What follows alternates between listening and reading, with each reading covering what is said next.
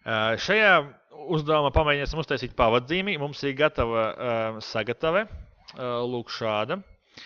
Ko mēs gribam izdarīt? Šajā vietā mēs gribam ievietot kaut kādā veidā automātiski informāciju par preču saņēmēju adresi, banku saņemšanas vietu, maksātāju kodu un norīķinu kontu. Šajā vietā šeit mūs interesē pārvadātāji un viņu dati. Un vēl būs šeit preču piegādes datumu. Mēs arī gribētu parādīt maināmu, lai es izvēlos, pēc cik ilga laika var maksāt, un tas man šeit parādās. Nu, un, protams, kad mēs gribētu, lai šeit būtu iespēja ievietot tās preces, ko cilvēki grib iepirkt. Tad, lai varētu izpildīt šo uzdevumu, mums ir nepieciešami šie te 4. Tie atkārtojumi, šis nav vajadzīgs. Šeit ir 4 apgabali, 4 tabulas. Lūk ir mūsu klienti, lūk ir mūsu piegādātāji, tie ir termiņi un tie ir informācija par mūsu precēm. Tā, un es izmantošu šajā uzdevumā Pivot Table, jo Pivot Table dot iespēju izveidot tos skaistos slicerus ar pogām, un līdz ar to viss skatās ļoti intuitīvi, podziņas, spaidam podziņas, viss darbojās, viss ir skaisti. Pamēģināsim šo visu uztaisīt 3 lapās. Viena lapa ir pavadzīme, otra lapa ir datu tabulas, un 3. lapa ir lietotā interfejs, ja, tas tā programmiņa. Es to saukšu par UI, User Interface. Tā, nu šeit es mēģināšu visu padarīt pēc iespējas skaistāku, lai tas ir saprotams un uztverams lietotājiem. Tāpēc šo lapu es mēģināšu formatēt īpaši kaut kādīgi, un šo lapu nē. Un šajā lapā es arī mēģināšu kaut kādā veidā ieturēt formatējumu, jo tas ir tā lapa, kuru cilvēki drūkās ārā. Labi, tad ko mēs darām tālāk? Šajā posmā pirmais solis es pārvietošu šajieni termiņu. Kāpēc? Jo es gribētu, lai manas tabulas varētu būt papildināmas, tad lai nekas netraucētu apakšā. Nu, un nākamais solis ir, protams, kad Excel tabulas no šīm visām lietiņām ar atbilstošiem nosaukumiem. Tad šeit ir klienti. Šeit ir piegādātāji. Es viņu saukšu par labi, pat savādāk, transports. Transports ir labāk. Šeit šo pagaidām neiztikšu. Un šeit man būs termiņi. Sāksim ar vienkāršākām lietām, sāksim ar to, ko nekā savādāk nav jāsagatavo. Tātad sāksim ar šiem te nosaukumiem un to ievietošanu.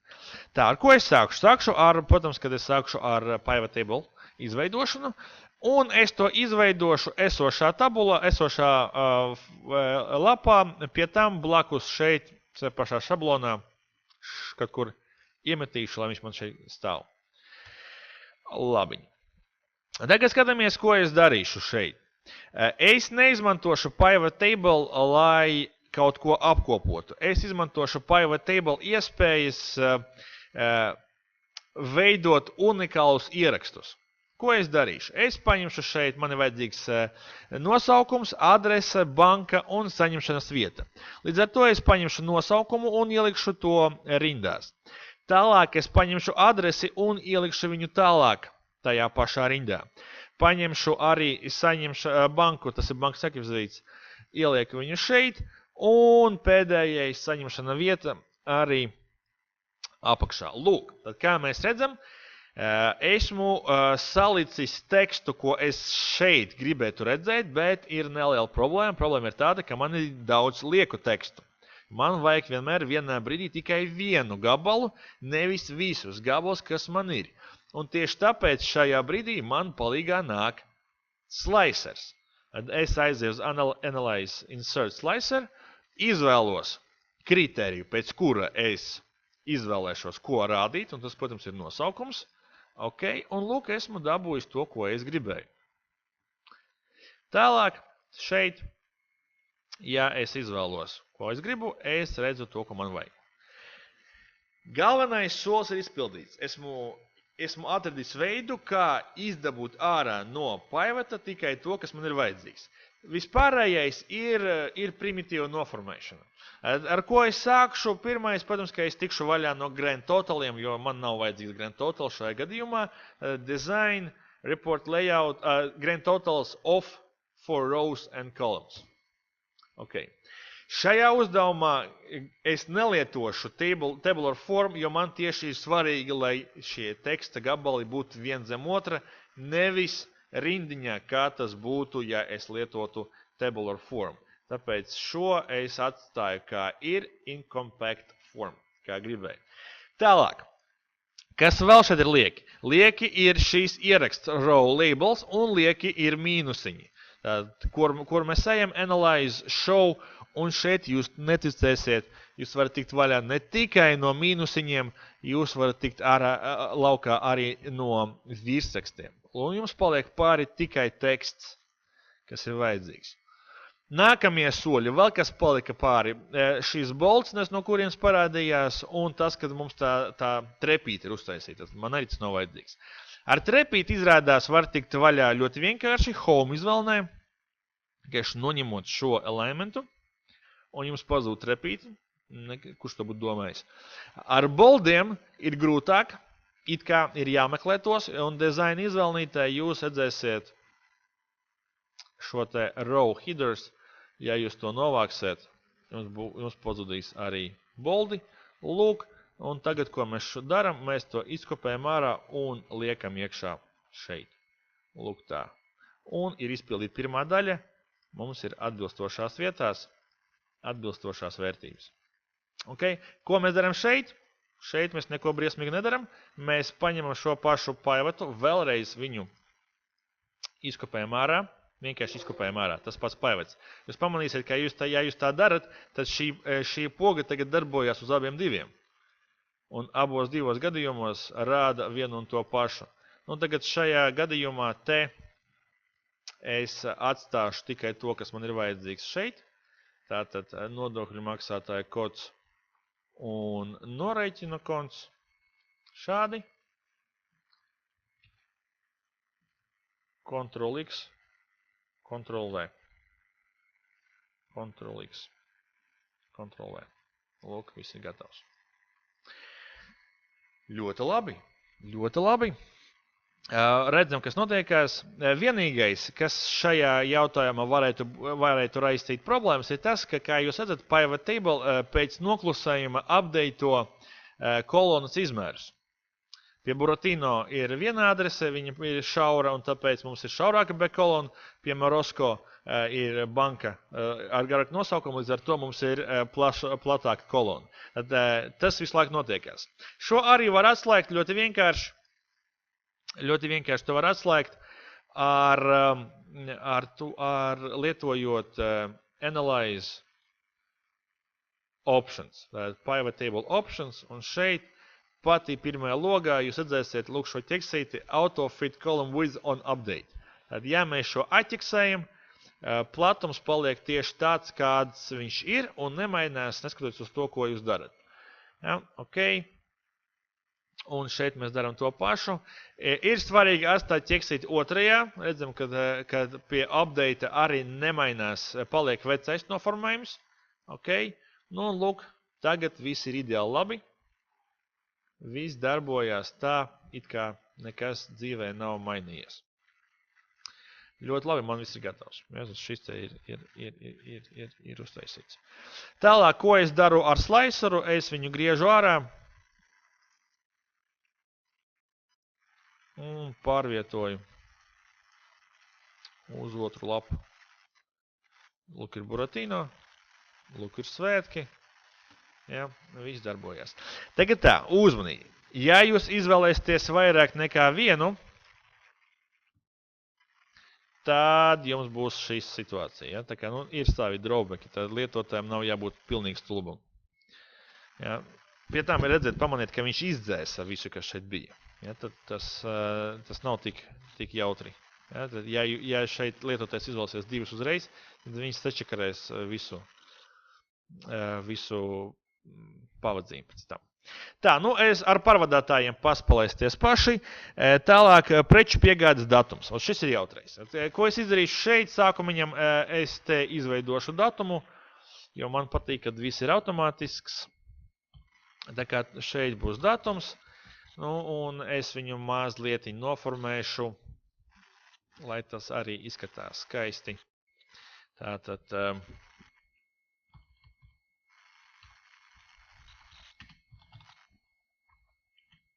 gada. Tur tagad ir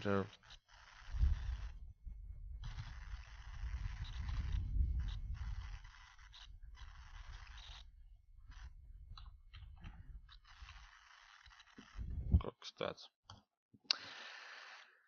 6. aprīlis. Jā, ļoti labi. Nu, tagad preču piegādes datums. Ideja ļoti vienkārša. Es izvēlos intervālu, un Excels man izreikinās tātad to datumu pēc nedēļas, pēc 3 dienām, pēc 2 nedēļām, pēc mēneša, pēc 3 mēnešiem. Kā es to izdarīšu atkal?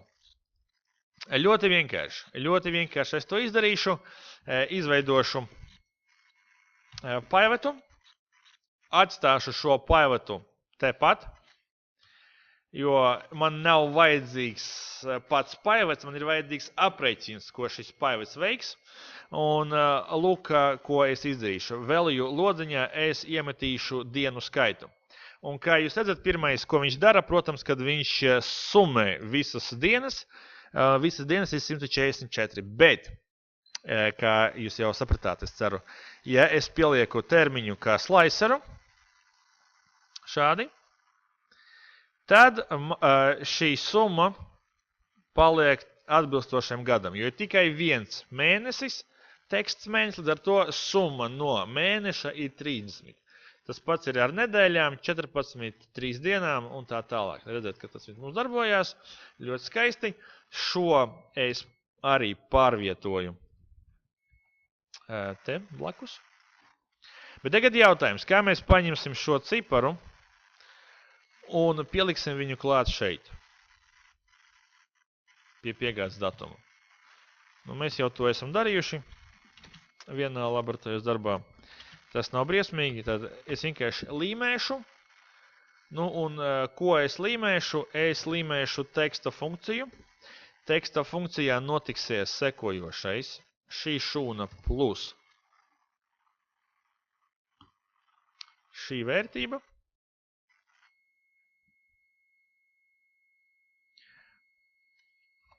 Un noformējuma veids, kādu es šeit gribētu redzēt, vienkārši diena, punkts, mēnesis, punkts, gads. Iekavacēt. Un lūk, piegādes datums ir 9. aprīlis, jo man ir 3 dienas. Ja es paņemšu 2 nedēļas, man būs 20. aprīlis. Tad viss darbojās.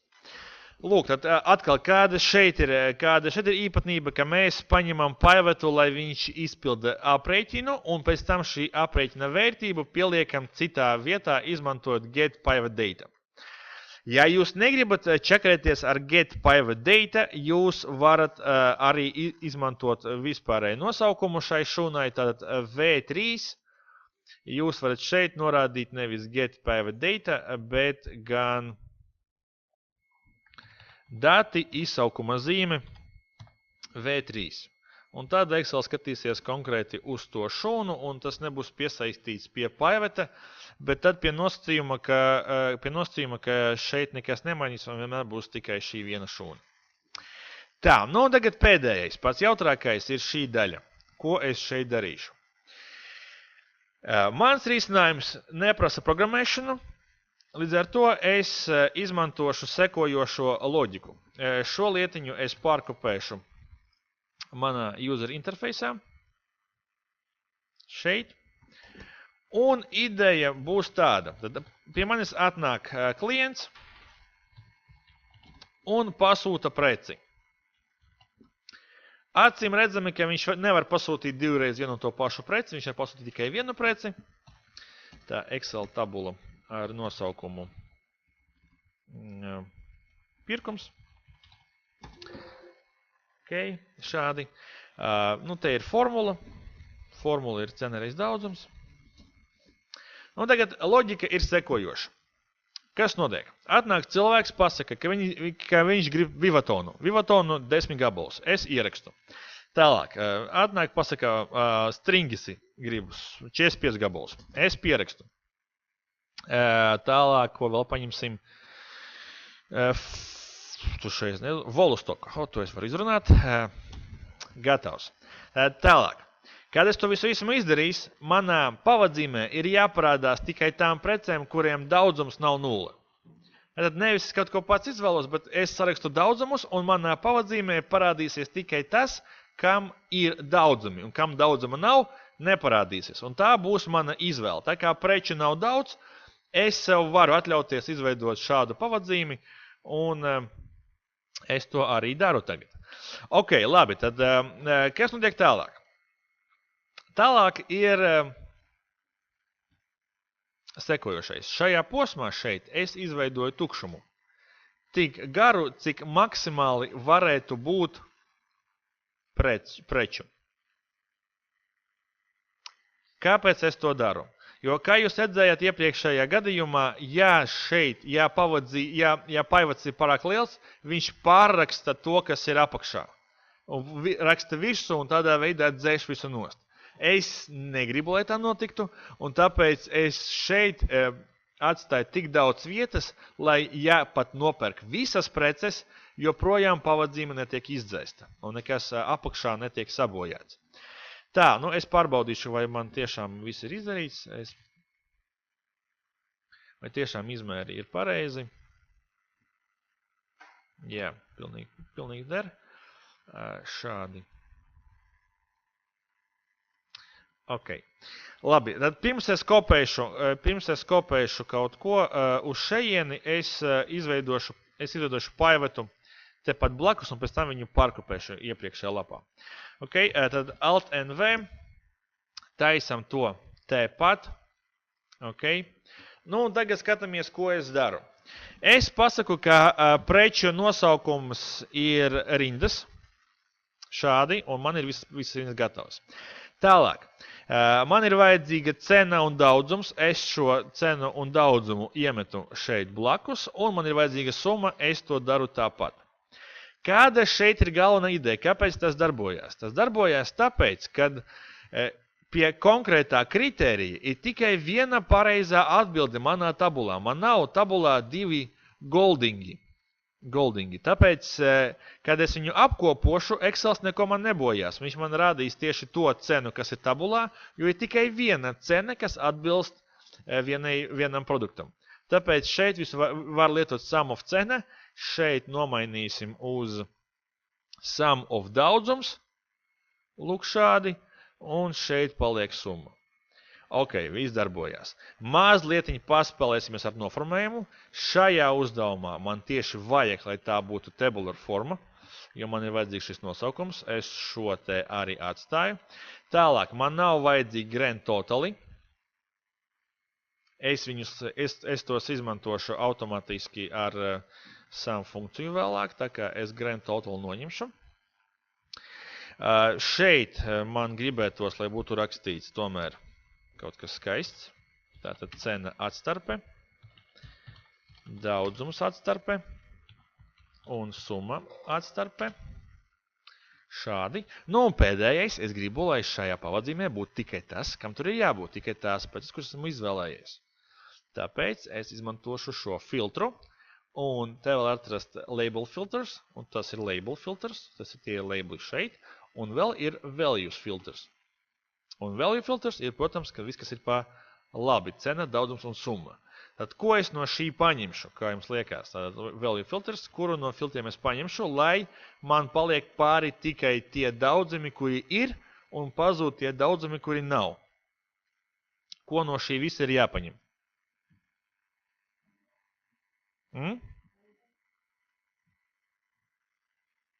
Kuru no šīm ir jāpaņem? Does not equal. Tieši tā. Tad, ko es šeit pasaku? Es pasaku, ka, lūk, skatāmies uz daudzumu, un ja daudzums nav vienāds ar 0, tad parādi man šīs vērtības. Ok? Un, lūk, tās man parādās. Tā, vēl atkal, lai man nebūtu nekādu problēmu ar noformējumu, es uzreiz pasaku, ka šim pivotam nav jātaisa autofitting, viņam jāizskatās tieši tā, kā izskatās kolona. Bet šim risinājumam ir viens drawbacks. Risinājums ir tāds, kad redzēt, ja man parādās šeit jauns pasūtījums, ja, tad pavadzīme, protams, ka to neupdateos, pirms jūs neaiziet uz analīzi un nenospiedīsiet refresh. Kad jūs to uzspiedīsiet, jums parādīsies šis. Bez tā tas nedarbosies. Šo ir jārisina ar programmēšanu.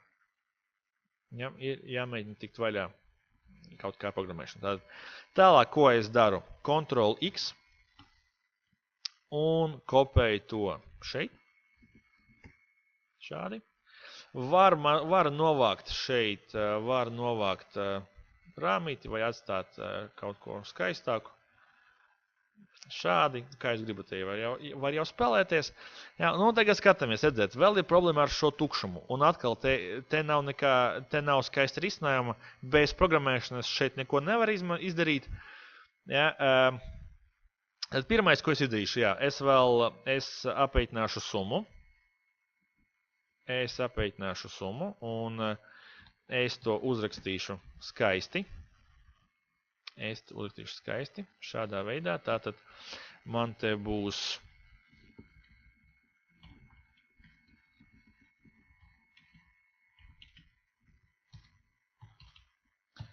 šādi, un es paņemšu apgabalu, kas ir garāks par manu pivotu.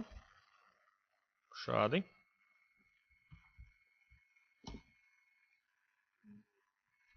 Nu, tā ir mana kopējā summa.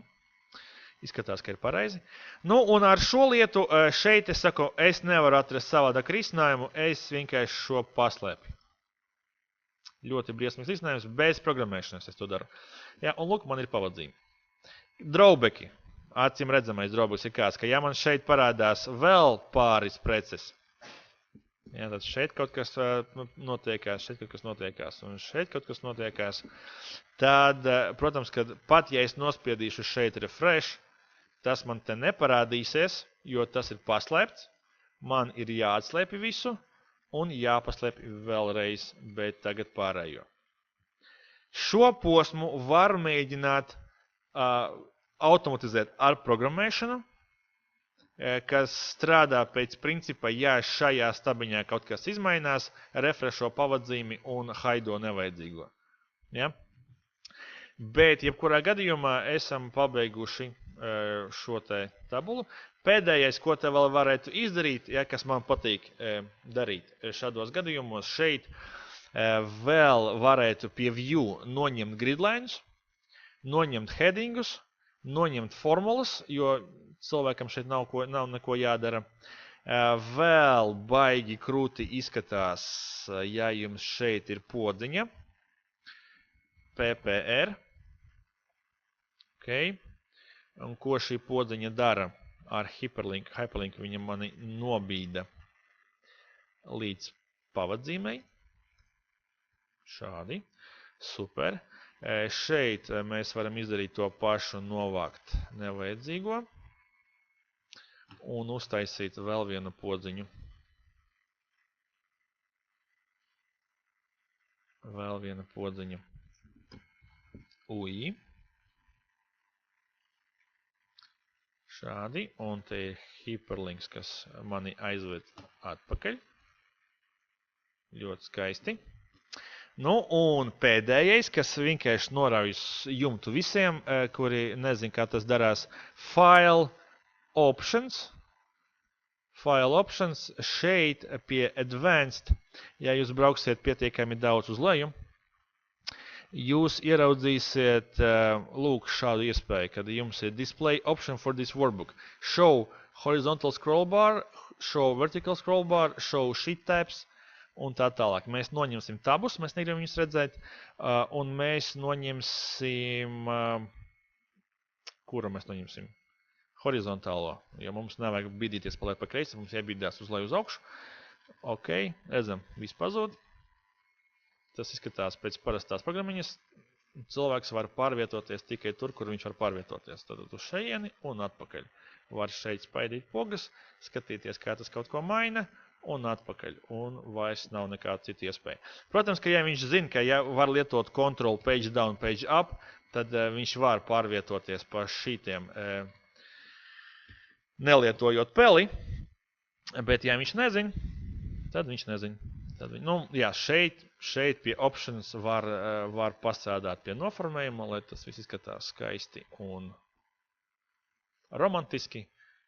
Te var arī kaut ko ar krāsām padarīt, lai darbs ritētu ātri un interesanti.